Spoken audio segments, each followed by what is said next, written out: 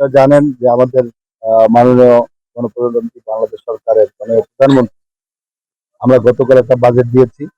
আল্লাহর শুকরিয়া, বাংলাদেশের ইতিহাসে এত জনবান্ধব জন আকাঙ্ক্ষিত বাজেট কোনো সরকারের প্রদান দিতে পারে নাই।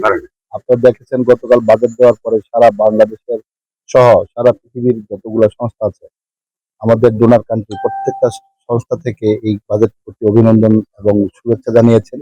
কারণ এই বাজেট ছিল মাননীয় গণপ্রজাতন্ত্রী বাংলাদেশ সরকারের এই বাজেট ছিল হলো জনবান্ধব, কৃষক বান্ধব, শ্রমিক বান্ধব, ছাত্র বান্ধব। আপনারা দেখেছেন আপনাদের ইনফ্লুয়েন্সার যারা এই যে আপনারা কন্টেন্ট ক্রিয়েটার, আপনাদেরও কোনো সুসংবাদ এই বাজেটে আপনাদের ট্যাক্স রেয়াত করা হয়েছে, মাফ করে দেওয়া হয়েছে।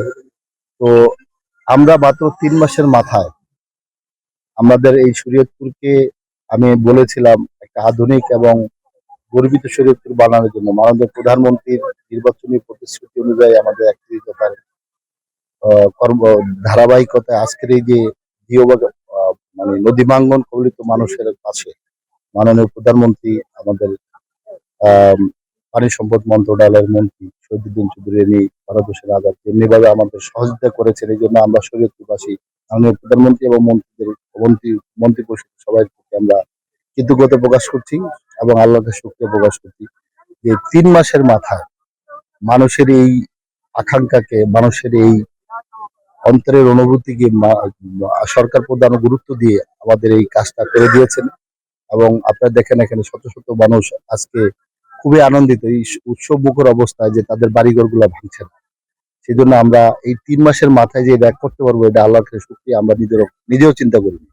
আর এখানে মাননীয় প্রধানমন্ত্রী অলরেডি পানি সম্পদ মন্ত্রণালয়কে বলে দিয়েছেন এখানে স্থায়ী ব্যাংক প্রোটেকশন দেওয়ার জন্য, স্থায়ীভাবে প্রোটেকশন দেওয়ার জন্য অলরেডি তিনি বলে দিয়েছেন এবং পানি উন্নয়ন বোর্ড সেই অনুযায়ী প্রজেক্ট রেডি করছে।